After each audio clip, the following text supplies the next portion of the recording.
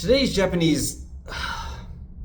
Alright, you know what? When I started this series, I knew that the phrase here I was using, Ryokogo, wasn't going to be perfect, but the more it's continued, the more I realized that it's not really that at all, but it's too late to change it. In reality, this series is more like Wes Sensei ga setsumei shitai kotoba no setsumeikai, because basically this series is about words that I want to explain, and the word I want to explain today is McDonald's理論, or McDonald's theory.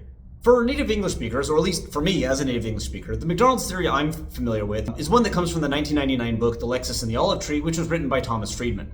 In this book, one of the things that Friedman posits is that if two countries have a McDonald's, they will not go to war with each other. Now this theory was disproven, or at least put into question, almost immediately, because soon after the publication of the book, NATO, which has McDonald's, bombed Yugoslavia, which has McDonald's. And since then, a number of other cases have existed where countries that have McDonald's have gone to war with countries that have McDonald's. In Japanese though, while this use of McDonald's theory certainly exists, like you can see examples here, it doesn't seem to be the main one. Rather, McDonald's theory, or again, McDonald's理論, refers to the idea that if people can't decide what to do, especially where to go eat, proposing McDonald's, which here represents one of the worst options, will get people to produce better ideas immediately. So for instance, if everyone's saying, oh, we don't know where to eat, you say, hey, what about McDonald's? And that will immediately get people to start putting out good ideas, and then you can do that. Now this concept is not an invention of the Japanese internet. Rather, it was proposed by someone named John Bell in a Medium post in 2013. But as far as I'm aware, this version never really took off as the main meaning of McDonald's theory in English. I could be wrong, I'm just one person, but if you Google McDonald's theory, while John Bell's post does appear at the top, at least on my search results,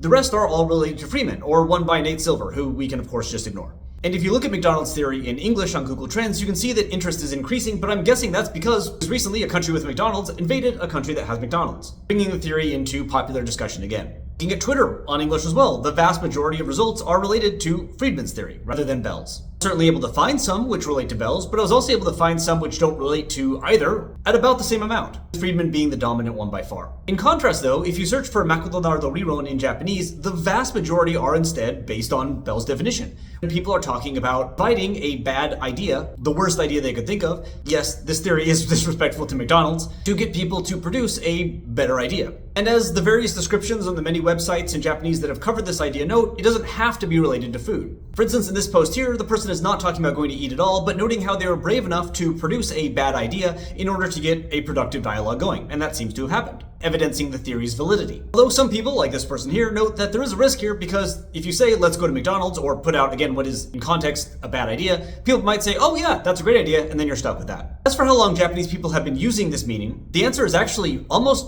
immediately after it was proposed. In fact, if you looked at that post I showed you earlier of the bad idea being accepted, that is from 2013. Again, the same year that Bell wrote their theory in English. So how did this happen? How did a Medium post written in English, which again is not the main use of this phrase in English, become dominant in Japanese and become so very quickly? Well, I actually think I can answer this question. Bell's original post came out on April 30th of 2013. The first tweets in Japanese discussing McDonald's理論came out in early May of 2013. And almost all of them linked to the exact same thing, which is this article on the website gigazine.net. Now, gigazine.net looks like an old GeoCities website, but don't let that fool you. This website is apparently extremely popular. Official YouTube channel has 140,000 followers, but even more importantly, they apparently have around 21 million users and 50 million page views a month as of 2022. Now, I don't know how many they had a decade ago, but this is not a minor internet player. This is a website that people went to, and clearly it has influence.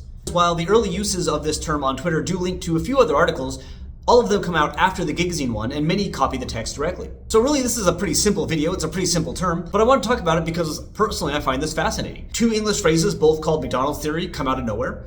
And one of them though, for some reason, is found and translated by a Japanese website that is quite popular, and because of that, you have an inverse situation where the meaning that is dominant in English does not seem to be dominant in Japanese. There's a kind of cool glimpse about how random language exchange can be. So if you want to influence the Japanese language, I think a really good idea is to write an obscure blog post and hope it gets picked up by a random Japanese website. And that's how I will inspire you to come up with a better idea.